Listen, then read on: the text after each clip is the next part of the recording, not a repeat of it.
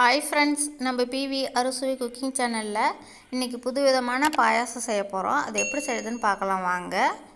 இப்போ அடுப்பை ஆன் பண்ணிக்கலாங்க. இந்த மாதிரி ஒரு கடாயை வச்சுக்கலாம். நம்ம முந்திரி திராட்சை வறுக்கிறதுக்காக 1 ஸ்பூன் அளவுக்கு நம்ம நெய் சேர்த்துக்கலாங்க. நெய் நல்லா சூடு ஏறிடுச்சு. இப்போ முந்திரி திராட்சை சேர்த்து நல்லா வறுத்து எடுத்துக்கலாங்க. முந்திரி திராட்சைலாம் நல்லா வறுப்பட்டுருச்சுங்க. இப்போ இதை வேறு பாத்திரத்துக்கு மாற்றிக்கலாம். இப்போ பாயாசம் செய்கிறதுக்குங்க அடுப்பை ஆன் பண்ணிக்கலாம். இந்த மாதிரி ஒரு பாத்திரம் வச்சுக்கலாங்க. பாத்திரத்தில் 1 லிட்ரு தண்ணி அளவு சேர்த்துக்கலாங்க. தண்ணி நல்லா சூடு ஏறி கொதி வரட்டும். இந்த மாதிரி ஒரு தட்டை வச்சு மூடி வச்சுக்கலாங்க. பாருங்கள், பாயாசத்துக்கு போகிற சேமியா ஒரு 100 கிராம் அளவுக்கு எடுத்து வச்சுருக்கிறேங்க. பாருங்கள், இப்போ நல்லா தண்ணி கொதி வந்துருச்சுங்க. நம்ம உடச்சி வச்சுருக்கிற சேமியாவை இப்போ இந்த பாத்திரத்தில் சேர்த்துக்கலாங்க. சேமியாவெல்லாம் சேர்த்தாச்சுங்க. இந்த மாதிரி கரண்டி வச்சு ஒரு கிளறி விட்டுடலாங்க. நல்லா வேகட்டும். பாருங்கள், நான் சர்க்கரை 150 கிராம் சேர்த்துருக்கேன். இப்போ இதெல்லாம் நல்லா சேர்ந்து வேகட்டுங்க. பாருங்கள், நான் ஒரு மாம்பழம் எடுத்துருக்கிறேன். இப்போ இந்த மாம்பழத்தை நல்லா பொடி பொடியாக கட் பண்ணி எடுத்துக்கலாங்க. மேல் தோல் சீவிட்டு இப்போ பொடி பொடியாக மாம்பழத்தை நறுக்கி எடுத்தாச்சுங்க. இதை மிக்ஸி ஜாரில் சேர்த்து நல்லா அரைச்சி எடுத்துக்கலாம். இப்போ நல்லா மிக்ஸி ஜாரில் மாம்பழத்தை அரைச்சி எடுத்துகிட்டு வந்தாச்சுங்க. பாருங்கள், நல்லா நைஸாக அரைச்சி எடுத்துகிட்டு வந்துட்டோம். இப்போ நம்ம அரைச்சி வச்ச மாம்பழ பேஸ்ட்டு இது கூட சேர்த்துக்கலாங்க. பாயாசத்தை கூட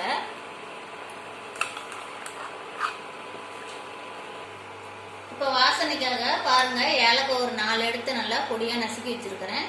இப்போ இது கூட சேர்த்துக்கலாம். சேர்த்து நல்லா கிளறி விட்டுக்கலாங்க. தேங்காய் துருவல் பாருங்கள், தேவையான அளவு எடுத்து வச்சுருக்கிறேன். இப்போ நம்ம பாயசத்தை கூட சேர்த்துக்கலாம்.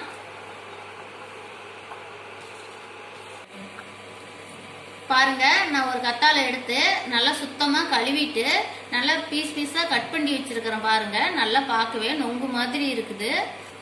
நல்லா சுத்தமாக கழுவுனதுனால இதோட வளவளப்பு தன்மை இருக்காதுங்க. அதனால இதை நம்ம அப்படியேவும் சாப்பிட்லாம். இந்த மாதிரி பாயாசத்து கூடவும் சேர்த்து சாப்பிட்லாங்க. ரொம்ப நல்லாயிருக்கும். இது உடம்புக்கு நல்லா குளிர்ச்சி தரக்கூடிய கத்தாழைங்க. அதனால் கத்தாழை எங்கே கிடைச்சாலும் வாங்கி சாப்பிடுங்க. இப்போ இந்த கத்தாழைங்க நம்ம பாயாசத்தோடு சேர்த்துக்கலாம். பாருங்க, சேர்த்துக்கிட்டோம்.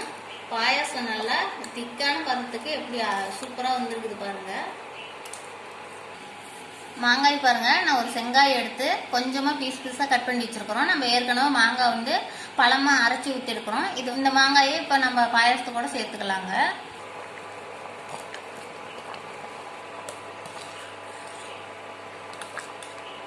இப்போ முந்திரி திராட்சை சேர்த்துக்கலாங்க.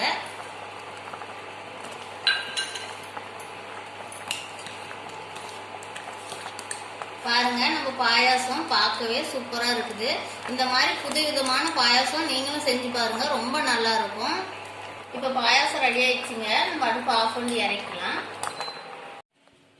இப்போ பாருங்க, புதுவிதமான பாயாசம் ரெடி ஆயிடுச்சு. இதோட ஃப்ளேவரும் டேஸ்ட்டும் ரொம்பவே நல்லா இருக்குங்க. நீங்க கண்டிப்பா இந்த மாதிரி ஒரு நாளைக்கு ட்ரை பண்ணி பாருங்க. இங்க பாருங்க, எவ்வளோ திக்கா சூப்பரா வந்திருக்குதுன்னு. இப்போ பாருங்க, பால் சேர்த்தாமையே எவ்வளோ திக்கா இருக்குன்னு பாயாசம். இந்த மாதிரி நீங்களும் செஞ்சு பாருங்க, ரொம்ப நல்லா இருக்கும். இந்த வீடியோ பிடிச்சிருந்தா லைக் பண்ணுங்க, கமெண்ட் பண்ணுங்க, ஷேர் பண்ணுங்க. மறக்காம எங்க சேனலுக்கு சப்ஸ்கிரைப் பண்ணுங்க.